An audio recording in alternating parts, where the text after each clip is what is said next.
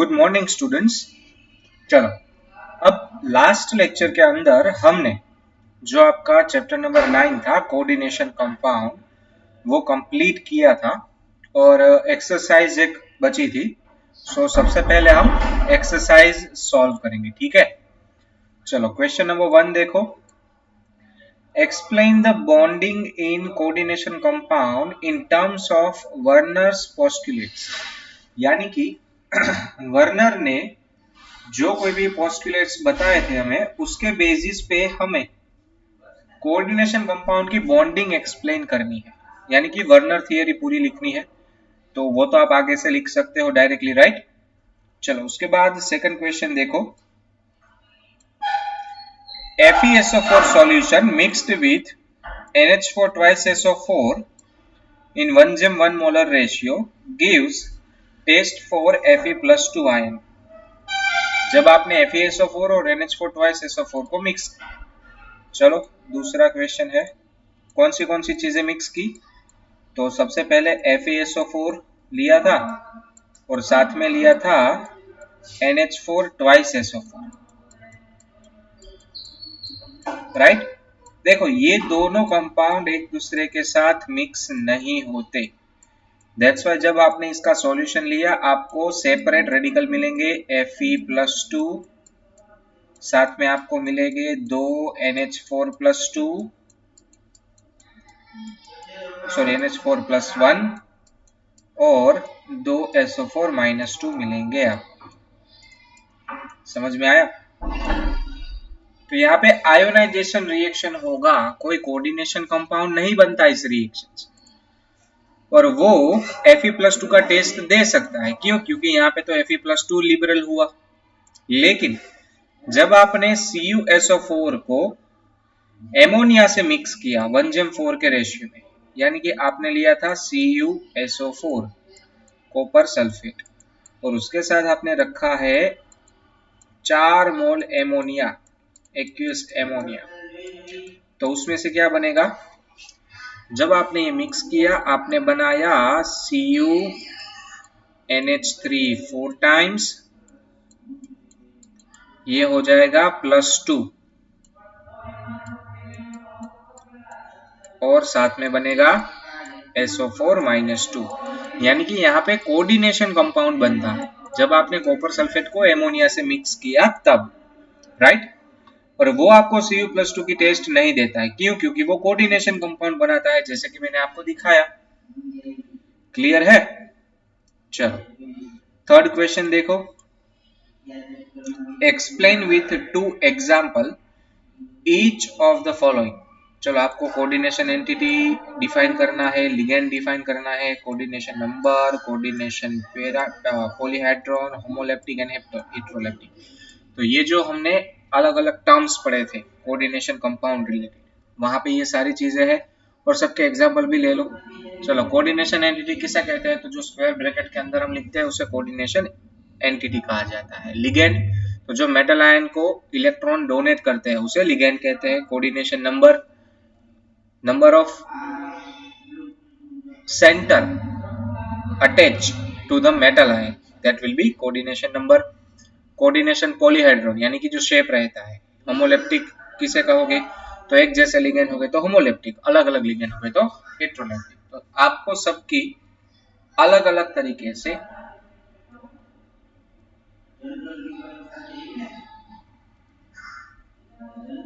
Definition देनी है और दो दो एग्जाम्पल देने हैं, ठीक है। चलो, फोर्थ क्वेश्चन बहुत easy. What is meant by unidentate, यानी कि एक ही सेंटर है, डाइडेंटेड यानी कि 2 सेंटर है, एम्बीडेंटेड यानी कि 2 सेंटर है लेकिन दोनों में से कोई एक ही ज्वाइंट होता है, और सबके एग्जाम्पल। तो ये भी आप कर सकते हो इजीली आगे देख के, राइट। चलो, क्वेश्चन नंबर 5 देखो। Specify the oxidation number of the metals in the following coordination entity. चलो, इनके ऑक्सीडेशन नंबर बताने हैं। जैसे कि यहाँ पे कोबाल्ट का ऑक्सीडेशन नंबर कैलकुलेट करो जरा। तो कोबाल्ट का X, H2O का 0, साइनाइड का -1 और En का भी 0।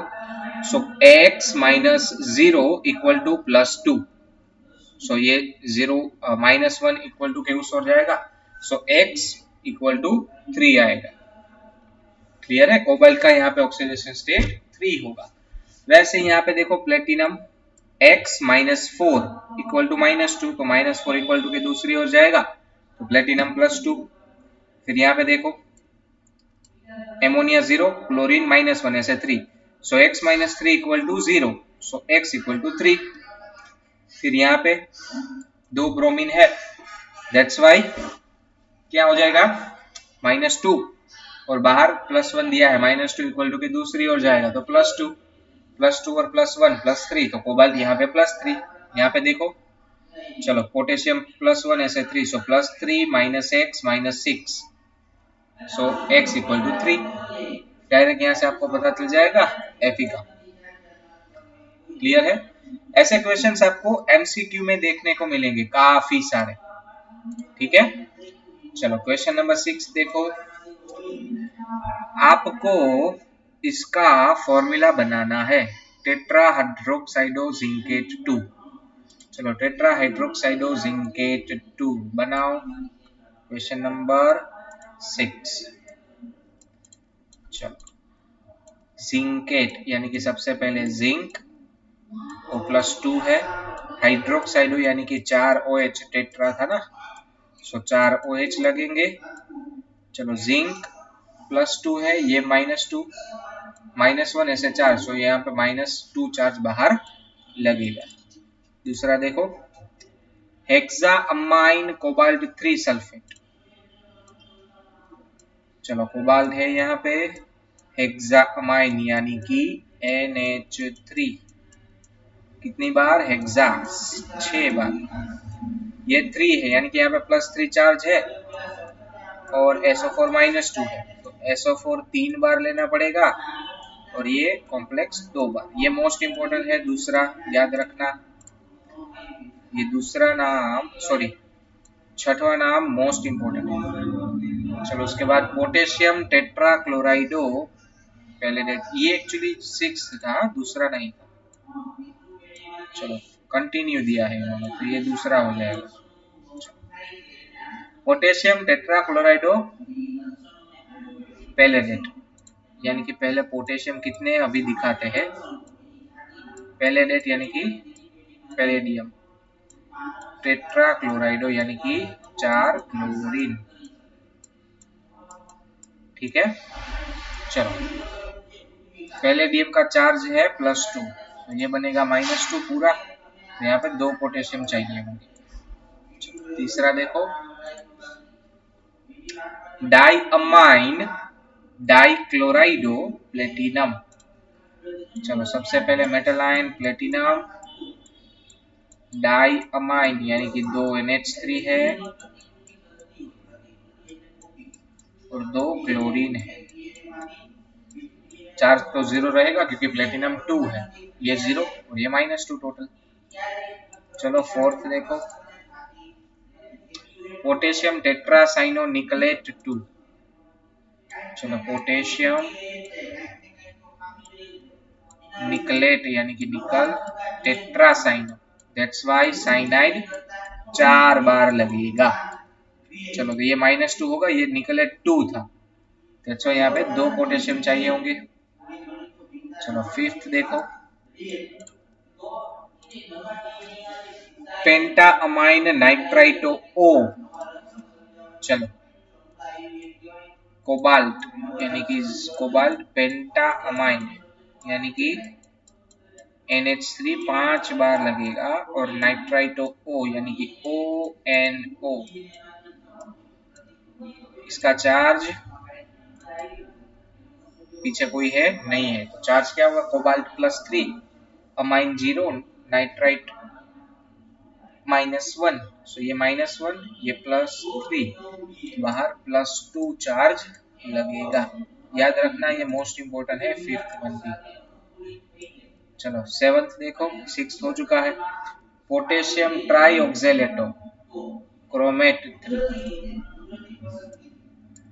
पोटेशियम ट्राईऑक्सैलेटो क्रोमेट यानी कि क्रोमियम, ऑक्सैलेटो यानी कि OX लिखता है, ठीक है 3 है। चलो चार्ज क्या होगा, क्रोमियम का चार्ज है 3, ऑक्जेलेट -6 तो -3 लगेगा, दैट्स वाई यहाँ पे 3। ये 7th है। चलो अब 8th देखो, 7th भी मोस्ट इम्पोर्टेंट, ये होगा एग्जाम में, डेफिनेटली होगा।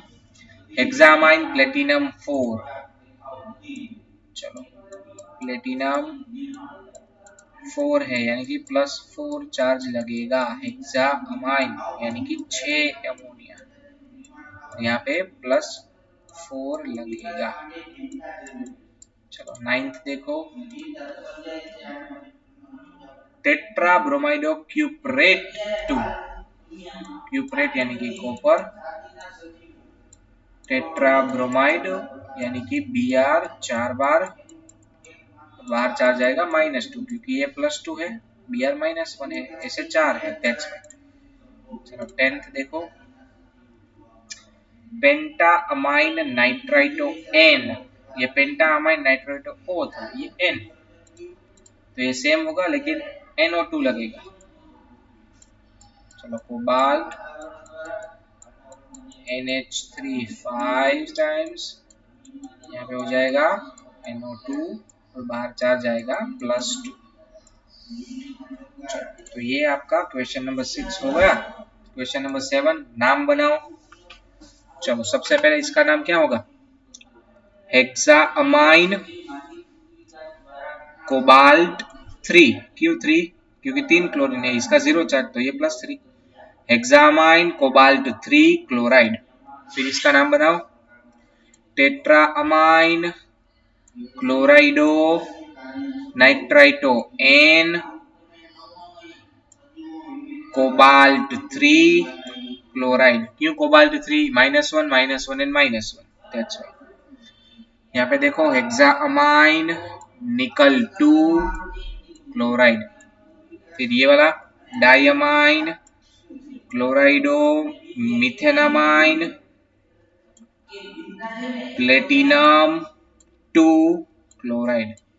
यहाँ पे हेक्साइक्वा मैंगनीज 2, ये वाला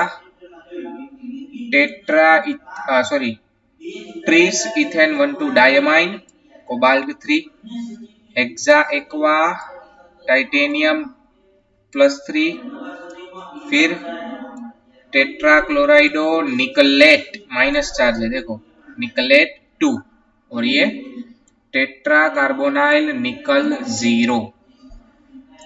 चलो क्वेश्चन नंबर 8 देखो, list various type of isomerism possible in coordination compound giving each an example। ये लेंथी क्वेश्चन है, आपको सारे आइसोमेरिज्म एक्सप्लेन करने हैं और सबका एक एक एग्जांपल देना है। सो सबसे पहले जियोमेट्रिकल, उसके बाद ऑप्टिकल, फिर linkage, ionisation, solvation and coordination. Okay चलो उसके बाद क्वेश्चन नंबर 9 देखो, how many geometrical isomerisms are possible in following coordination entities. Geometrical पूछा यानी कि सिस ट्रांस पूछा। पहला देखो, यहाँ पे 3 डाइडेंटेड लिगेंड है, तो इसके जियोमेट्रिकल आइसोमेरिज्म कितने बनेंगे, 3 डाइडेंटेड लिगेंड। तो यहाँ पे एक भी जियोमेट्रिकल आइसोमेरिज्म नहीं बनेगा, क्यों, तीनों के तीनों डाइडेंटेड है। ऑप्टिकली एक्टिव होगा ये, लेकिन जियोमेट्रिकल एक भी नहीं होगा। यहाँ पे देखो, तो यहाँ पे आपको 3 एमोनिया और 3 क्लोरीन यानी कि फेसियल और मेरिडोनियल बनेंगे। ठीक है, अभी ड्रॉ करते हैं इसको। चलो इसको ड्रॉ करते हैं।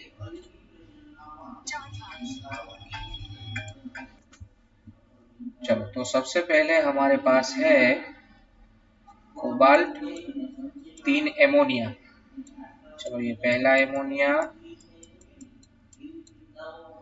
फिर ये दूसरा एमोनिया, और ये तीसरा एमोनिया। ये मेरिडोनियल पोजीशन, एक्सिस हो गई पोजीशन, सो ये मेरिडोनियल है। पहला क्लोरीन, दूसरा क्लोरीन, तीसरा क्लोरीन, तो ये हो जाएगा मेरिडोनियल। यहाँ पे बताओ। चलो तो अब मैं 3 क्लोरीन लगाऊंगा इस तरीके से, देखो पहला, दूसरा और तीसरा, और यहाँ पे लगेंगे 3 एमोनिया। ठीक है, पहला, दूसरा और तीसरा। तो ये क्या हो गया, ये हो जाएगा फेशियल। ठीक है, तो इसके दो आइसोमेरिज्म बनते हैं, फेशियल और मेरीडोनियल। इसके तो कोई नहीं बनेंगे, तीनों डाइडेंटेड लिगेंड है। चलो 10th देखो, draw the structure of optical isomers. तो पहला है उसका ऑप्टिकल आइसोमेरिज्म, यानी कि मिरर इमेज बनाना होगा। चलो बनाते हैं। पहला है क्रोमियम, उसके साथ ऑक्जेलेट लगाना है। चलो, तो ये पहला ऑक्जेलेट OX लगा था, ठीक है। फिर ये दूसरा ऑक्जेलेट, और ये हो जाएगा तीसरा ऑक्जेलेट। अगर उसका हम मिरर इमेज बनाते हैं यहाँ पे,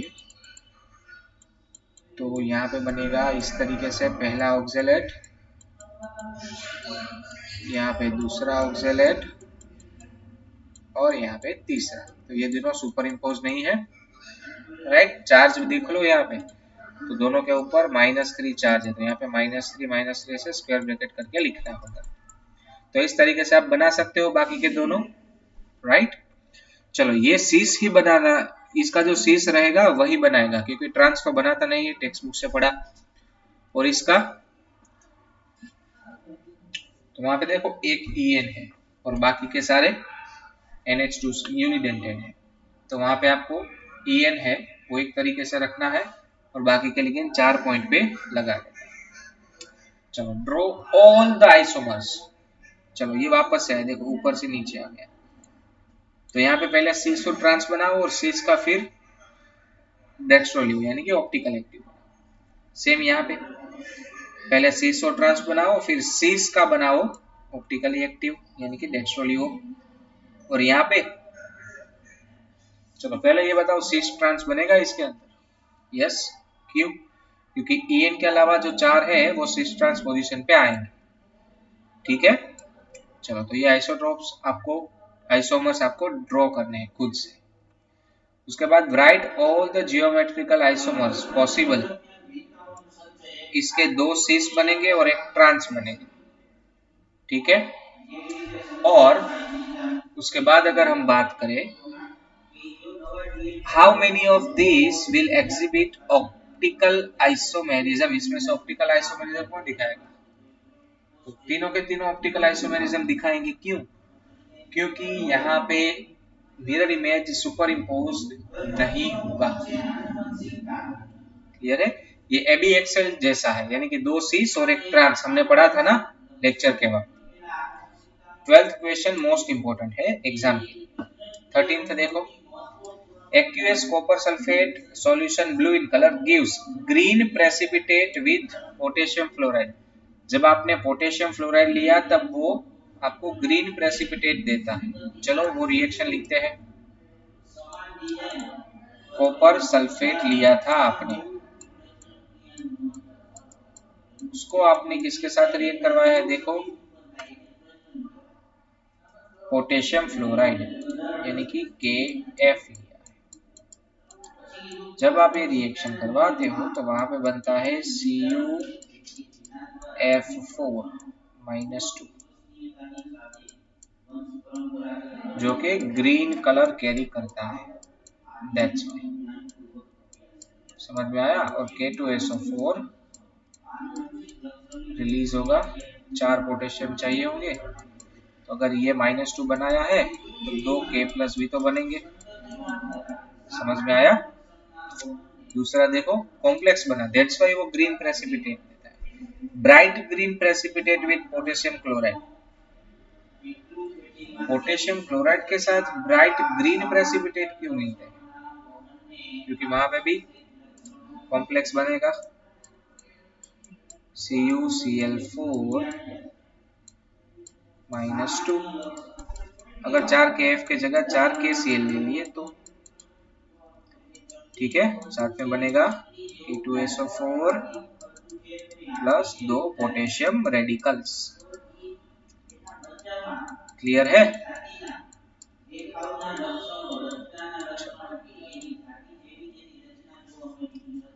उसके बाद क्वेश्चन नंबर 14 देखो। What is the coordination entity formed when excess of KCN is added to the copper sulfate? ज्यादा KCN ऐड किया तो उससे कॉपर सल्फेट के साथ क्या होगा? और कॉपर सल्फाइड क्यों प्रेसिपिटेट नहीं होगा? क्योंकि ये तीसरा रिएक्शन करेंगे आप सेम तरीके से। नेक्स्ट क्वेश्चन वही तरीके से होगा। 4 KCN लेने पड़ेंगे। जब आप इसका रिएक्शन करवाते हो तो आप बना लेते हो CuCN4, टेट्रासाइनाइटो क्यूपरेट 2 बनाते हो, जिसकी वजह से आप Cu+2 की इंडिपेंडेंट टेस्ट नहीं कर सकते, क्योंकि अब उसने एक कॉम्प्लेक्स रेडिकल बना लिया है और ये कॉम्प्लेक्स रेडिकल आपको H2S से रिएक्ट नहीं करने देता। यानी कि जब आप इसके अंदर H2S ऐड करते हो वो CuS के प्रेसिपिटेशन नहीं बनाएगा। क्यों? क्योंकि अब तो कॉपर फ्री नहीं है। दैट्स चलो 15th देखो। Discuss the nature of bonding in the following coordination entities, basis of valence bond theory. चलो तो ये आपको अपने आप करना है, क्योंकि हमने बहुत सारे क्वेश्चन किए हैं ऐसे, और ये तो हो चुका है ऑलरेडी, ये भी हो चुका है, राइट? ये भी हो चुका है शायद तक। तो आपको इसका बॉन्डिंग एक्सप्लेन करना है ऑर्बिटल के अंदर, जैसे हम करते थे। ये स्ट्रॉन्ग है तो रीअरेंजमेंट होगा, यहाँ पे रीअरेंजमेंट होगा, इन दोनों में नहीं होगा, राइट? उसके बाद draw figure to show splitting of. चलो ये क्वेश्चन सिलेबस से निकाल दिया है तो हम नहीं पढ़ेंगे, ठीक है? ये नहीं पढ़ेंगे हम। What is the spectrochemical series, ये भी नहीं पढ़ेंगे, ये भी नहीं पढ़ेंगे। यहाँ पे देखो, ये डायमैग्नेटिक है, जबकि ये पैरामैग्नेटिक है, ये डायमैग्नेटिक। कैसे पता चलेगा? क्योंकि यहाँ पे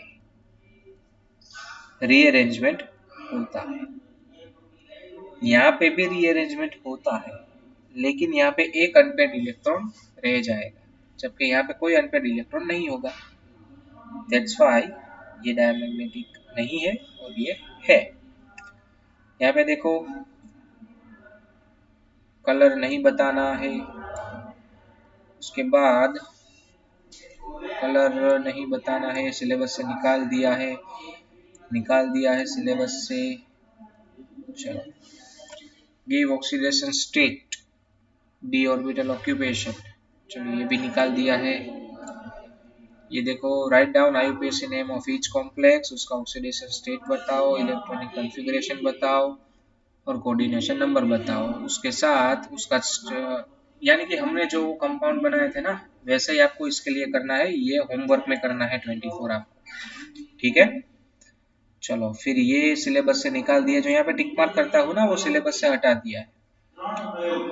किलेक्ट इफेक्ट, ये भी निकाल दिया है, ये भी निकाल दिया है। चलो, how many ions are produce in this complex? तो एक तो ये आयन बनेगा और 2 आयन ये, यानी कि 3 आयन बनेंगे टोटल।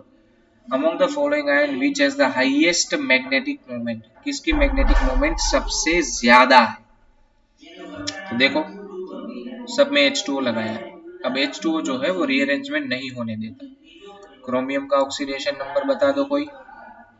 चलो, सॉरी, क्रोमियम का एटॉमिक नंबर कितना होता है, पता है किसी को? जिंक का तो आपको पता है 30, यानी कि वहां पे तो डी ऑर्बिटल में बिल्कुल इलेक्ट्रॉन नहीं है, ये तो आंसर में नहीं आएगा। अब बचे क्रोमियम और Fe। सो क्रोमियम का ऑक्सीडेशन नंबर कितना है? Fe का 26 है। अब 26 में से 20 तो 4s और आर्गोन के हो जाएंगे। सो 2 इलेक्ट्रॉन 4s से निकाल दो तो डी के अंदर 6 इलेक्ट्रॉन, यानी कि यहाँ पे 4 इलेक्ट्रॉन है टोटल। कहाँ पे? डी ऑर्बिटल में। रीअरेंजमेंट तो होता नहीं है। 6 इलेक्ट्रॉन है लेकिन 4 अनपेयर है। जबकि दूसरा वाला जो है क्रोमियम आपने +3 बनाया, यानी कि 2 4s के चले जाएंगे इलेक्ट्रॉन और एक जाएगा डी से, यानी कि क्रोमियम के अंदर 3 अनपेयर्ड इलेक्ट्रॉन है। तो आपका आंसर आएगा hexa aqua ferrate iron 2। Most stable कौन है? तो जो किलेट बनाता है वो मोस्ट स्टेबल। देखो ये डाइडेंटेड लिगेंड है, बाकी तो यूनिडेंटेड है। वेवलेंथ का करेक्ट ऑर्डर ये सिलेबस से निकाल दिया है, तो ये हम नहीं पढ़ेंगे। तो यहाँ पे आपका चैप्टर नंबर 9 कंप्लीट होता है, ठीक है। और आपका केमिस्ट्री का सिलेबस भी कंप्लीट होता है। अभी पी ब्लॉक एलिमेंट रनिंग है, बस वो एक चैप्टर बचा है। सो उसके बाद आपका केमिस्ट्री का सिलेबस बोर्ड में कंप्लीट। तो अच्छे से प्रिपरेशन करना, सारी चीजें ध्यान में रखना। ओके, चलो, थैंक यू सो मच।